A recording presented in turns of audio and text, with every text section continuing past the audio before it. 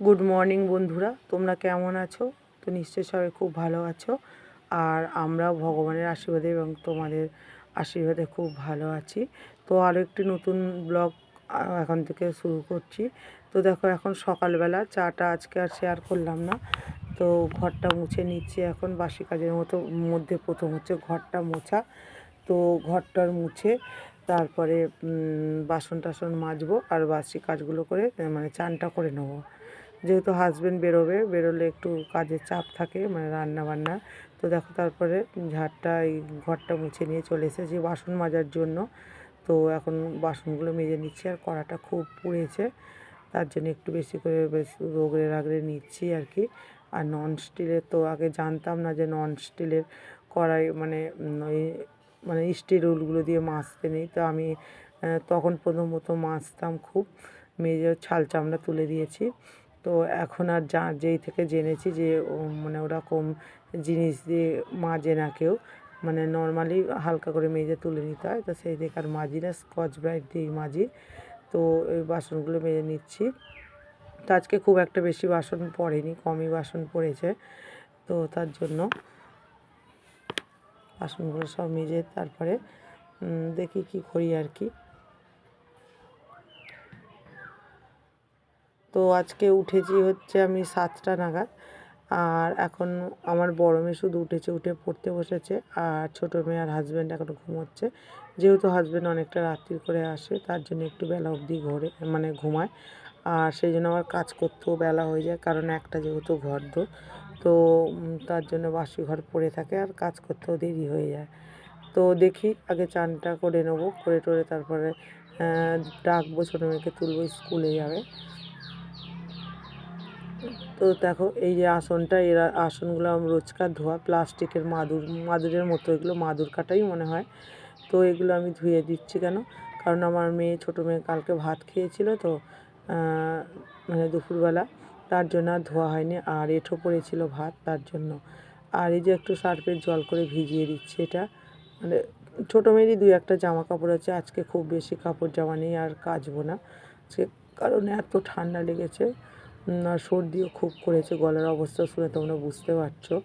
তো এগুলোই এখন একটু কেচে নেব, কেচে নিয়ে আর যে সেদিনকে তোমাদেরকে দেখাচ্ছিলাম ব্ল্যাঙ্কেটটা তুলছিলাম, ওর যে কভারটা পাচ্ছিলাম না, মানে যার মধ্যে রাখা হয়।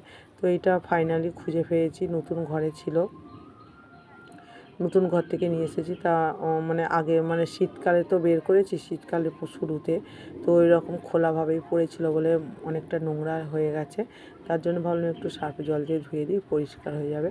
আর দেখো বন্ধুরা, কতটা পরিষ্কার হয়ে গেছে। তারপর রোদ্রে দিয়ে দেবো, আর শুকিয়ে গেলে ব্ল্যাঙ্কেটটা আবার ওর মধ্যেই ভরে রেখে দেবো। এর মধ্যে ভরে রাখলে কী হয় বলো তো বন্ধুরা, কারণ নোংরাটা পড়ে না, তার জন্য। তো ছোটো মেয়ের এখন জামা কাপড়গুলো একটু ধুবে নিচ্ছি, যেহেতু একটু সর্ষের তেল মাখে, তো সেই তেল চিটানি হয় আর কি।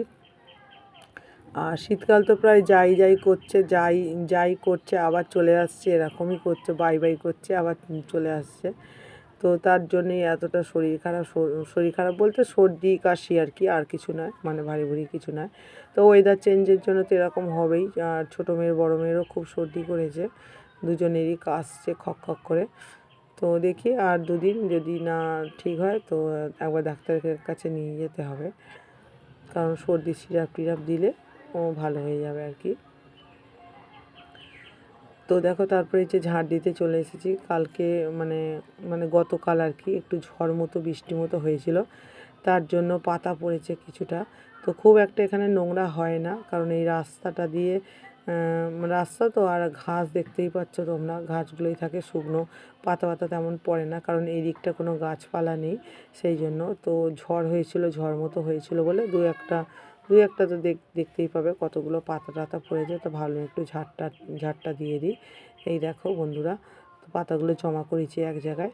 আর এই রাস্তাটা কী বলো তো, এই রাস্তাটা দিয়ে তো সবাই মানে চলাফেরা করে, সবাই বলতে আমরা বাড়ির লোকেরা আর কি, কিন্তু ঝাড় দেওয়ার দায়িত্ব আমার আর কি। সবাই হাঁটবে, কিন্তু ঝাড় দেওয়া পরিষ্কার করার দায়িত্বে আমি। তো দেখো, এখন পাতাগুলো কুড়িয়ে ফেলতে গেলাম, ফেলা হয়ে গেছে। তারপরে চলে এসেছি এই যে রান্নার দিকে। তো আজকে রান্নার তেমন কিছুই নেই, এই যে আলু ছাড়িয়ে নিচ্ছি আর অল্প করে মানে একটাই আলু দিচ্ছি। জানি তোমরা বলবে এখন যে হাজব্যান্ডের সুগার, তার সত্ত্বেও আলু করছো আর কি। তো কি করব, কিছু করার নেই, বাড়িতে কিছু নেই। আর মাসের শেষ যেহেতু, আজকে বোধহয় 24-25 তারিখ হয়ে গেল, তো সেই জন্যই আর কিছু নেই বলে আলুটাই কেটে নিলাম। আলু দিয়ে আর একটু মুসুর ডাল আছে, মুসুর ডালটা ভিজিয়ে দিয়েছিলাম সকালবেলা, তো মুসুর ডালটা বেটে বড়া করব মিক্সিতে আর কি। তো এই দেখো বন্ধুরা, মিক্সার মানে নিয়ে নিয়েছে এই যে মুসুর ডাল খুব একটা বেশি ছিল না, মুসুর ডালটাও কম ছিল, তো এইটাই ভিজিয়ে রেখেছিলাম, এইটাই অল্প অল্প করে হয়ে যাবে। মেন কী বলো তো বন্ধুরা, সংসারে যদি শান্তি থাকে তাহলে নুন ভাত শাক ভাত খেয়েও শান্তি পাওয়া যায়, মানে শান্তি থাকে আর কি। আর স্বামী স্ত্রীর মধ্যে যে মানে মিলমিশটা, সেটা থাকা মানে খুব দরকার, কিন্তু যেটা আমাদের নেই বললেই চলে। কারণ বয়সের অনেকটাই ডিফারেন্স, তোমরা দেখলেই বুঝতে পারবে, তার জন্য হয়তো মতেরও মিল হয় না। আমি যদি বলি ডান দিকে যেতে, ও বাম দিকে যায়, আর যদি বলি বাম দিকে যেতে, ও ডান দিকে যায়। তো এইরকম করেই, আর উপায় তো নেই, কারণ দুটো বাচ্চা আছে, দুটো বাচ্চাকে ছেড়ে আর এখন তো মানে ঝগড়া অশান্তি করেও লাভ নেই, কী আর করবো। তবুও মাঝে মাঝে মাথা গরম হয়ে যায়, তো তখন ঝগড়া অশান্তি করে ফেলি আর কি।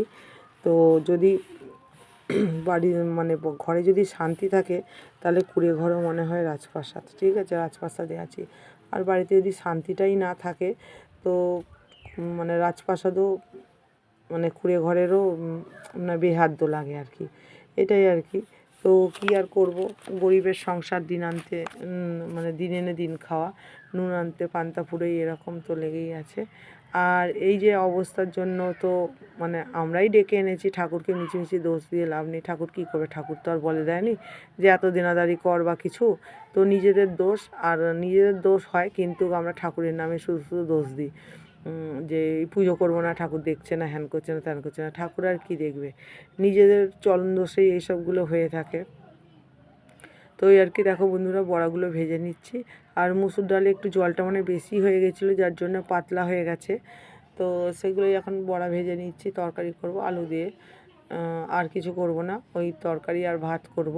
আর ছোটো মেয়ে তো স্কুলে আজকে গোটা ডিম দেবে, ভাত দেবে গোটা ডিম, তো সেটাই এখন দিয়ে খেয়ে নেবে ছোটো মেয়েটা। আর বড়ো মেয়ে মোটামুটি খেয়েই নেয়, ও এখন যদিও বা বোঝে যে নেই নেই, মানে এটা নেই ওইটা নেই বললে বোঝে, কিন্তু ছোটোটা বোঝে না, বায়না করে আমাকে এটা দাও, এই মাংস দাও, তো মাংসটা খেতে ভালোবাসে, তার জন্য মাংস চায়। কিন্তু মানে গরিবের ঘরে রোজের মাংস কোথায় পাই বলো তো বন্ধুরা। আর গরিবের ঘর বলে না, কারো বাড়িতেই রোজ মাংস হয় না, কারো বাড়িতেই না, যত বড় লোকই হোক। তো ছোটো মেয়ে যেহেতু মাংস আর ডিমটা ভালোবাসে, সেই জন্য ওইটাই খেতে চায়। আর মাছটা তেমনভাবে খেতে চায় না, একদিন মানে মুখে কাটা গেছিলো, সেই থেকে ভয় আর খেতে চায় না, খালি বলে মাছে কাটা মাছে কাটা, মাছ খাবো না, মাংস আর ডিম এরকম বলতে থাকে। তো বুঝিয়ে শুনিয়ে মানে খাওয়াই আর কি, কী আর হবে। আর বাচ্চাদেরও বোঝা দরকার, মানে বোঝাতে হবে, যদিও বা অতটুকু বয়সে কোনো বাচ্চাকেই বোঝানো সম্ভব না, আর একটু বড় না হলে, কমসে কম 5-6 বছর হলে তবে। তো তবুও আমি বলি যে মা নেই বা কিছু, এরকম বলি। তো দেখো, তারপরে আমার হাজব্যান্ড এই যে পুজো করছে মানে ওই ঠাকুরকে একটু খেতে দিয়ে দিচ্ছে।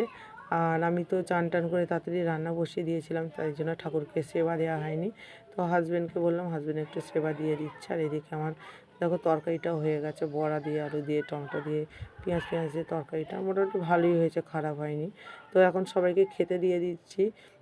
এই যে মানে ছোটো মেয়েকে একা হাতেই খেতে দিচ্ছি, একা হাতেই খাচ্ছে আর কি। আর এটা তারপর রাত্রিবেলা চলে এসেছি, রুটি আর ফুলকপি, শুধু আলু দিইনি, ওবেলা যেহেতু আলু খেয়েছে, তার জন্য ফুলকপিটা শুধুই এমনি ছেঁচকি টাইপের করেছি, আর রুটি এটা দিয়ে এখন খেয়ে নেবে। আর আমার হাজব্যান্ডের জন্যও রেখে দিয়েছি। আর কী বলতো বন্ধুরা, আজকে ভিডিওটা মানে শেষ করব ভুলে গেছিলাম, কারণ ছোটো মেয়ে এত ফোন নিয়ে বায়না করে, তার জন্য শেষ করা হয়নি।